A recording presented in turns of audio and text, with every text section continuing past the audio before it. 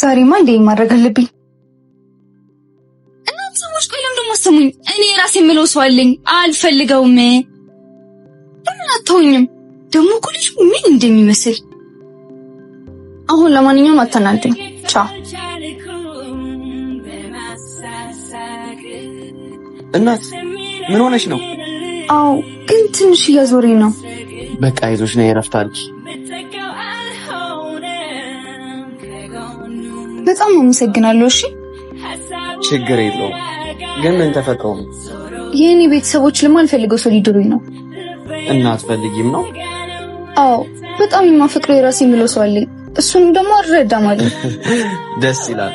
ሰርጋችሁ ላይ መቼም ባለውለቴ ብለሽ እንደምትጠሪኝ አልጠራጠር። ሙሽራው አንተ ነህ? በቃ እኔ ልሂድ።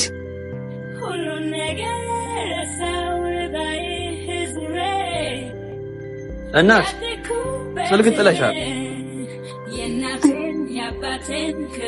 እና ሙሽራውን ከዚህ በኋላ የማግኘት ሀሳብ የለሽም? ኧረ አለኝ።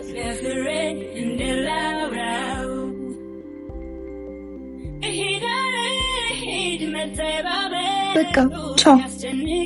ሙሽሪት ማታ ደውልልሻለሁ። እሺ